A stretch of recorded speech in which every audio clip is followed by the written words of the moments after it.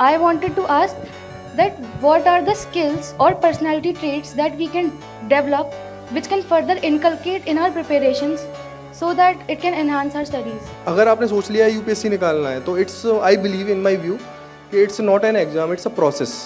मैं हिंदी मीडियम से पढ़ा हूँ, पूरी एजुकेशन मेरी हिंदी मीडियम में रही है स्कूल की।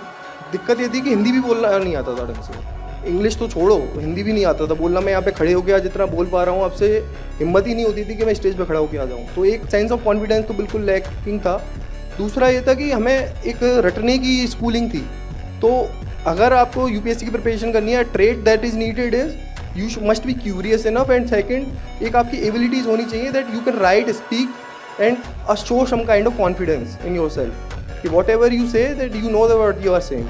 तो हम लोग तो क्या करते हैं, किताब में जो रट के हम अपने आंसर्स, बोर्ड के एग्जाम भी मैंने ऐसे दिए हैं। तो ये trait is very much required. अगर ये नहीं है तो कितना भी आप पढ़ लोगे ना, 15 घंटे भी पढ़ लोगे तो भी बहुत मुश्किल है, क्योंकि ये मिनिमम रिक्वायर्ड ट्रेट है। आपको सारा लिखना है पेपर। तो जब तक आंसर राइटिंग स्किल्स आपको लिखना नहीं आएगा, अपने थॉट्स को पेपर में लिखना नहीं आएगा, तो that makes you very difficult. Even आपको लगेगा मैं पढ़ रहा हूँ, बट आप अपने थॉट्स को ही नहीं लिख पा रहे हो। तो आई बिलीव कि जो स्टूडेंट्स कम टाइम में होने का एक बहुत बड़ा रीज़न ये है कि you have those kind of neck, the English और हिंदी और द लैंग्वेज स्किल।